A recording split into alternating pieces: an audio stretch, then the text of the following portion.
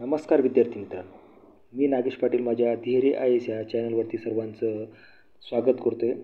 सर्वप्रथम मी सर्व विद्यार्थ्यांना सांगू इच्छितो की जे विद्यार्थी 2024ची आणि 2025ची UPSCची प्रिपरेशन करत आहेत अशा विद्यार्थ्यांसाठी हा जो व्हिडिओ असेल हा खूप यूजफुल असणार आहे.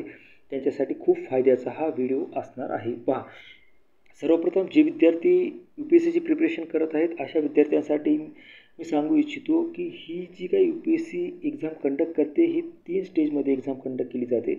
सर्वप्रथम प्री, त्याच्यानंतर मेन घेतली जाते आणि त्याच्यानंतर तुमची इंटरव्ह्यू घेतला जातो. पहा, आता सर्वप्रथम मी या व्हिडिओमध्ये तुम्हाला जो काही प्रिलिमिनरी एक्झामचा पॅटर्न आहे हा एक्झाम पॅटर्न तुम्हाला सांगणार आहे आणि ह्या प्रिलिमिनरी एक्झाममध्ये सिलेबस कोणकोणता आहे हे पण तुम्हाला मी सांगणार आहे. पहा, सर्वप्रथम प्रिलिमिनरी एक्झाममध्ये तुम्हाला 2 पेपर पाहायला भेटतील.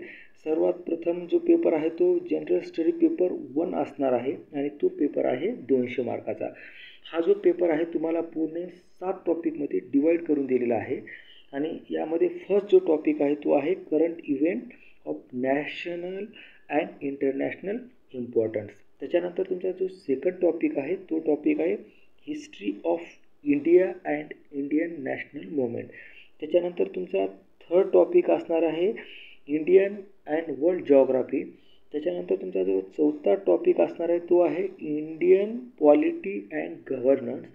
त्याच्यानंतर जो तुमचा 5वा चॅप्टर असणार आहे तो असणार आहे इकॉनॉमिक अँड सोशल डेव्हलपमेंट.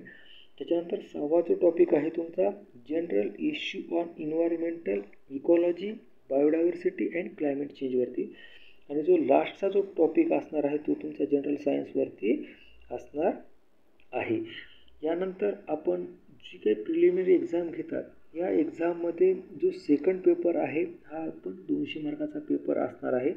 त्याचा पण सिलेबस आपण पहा.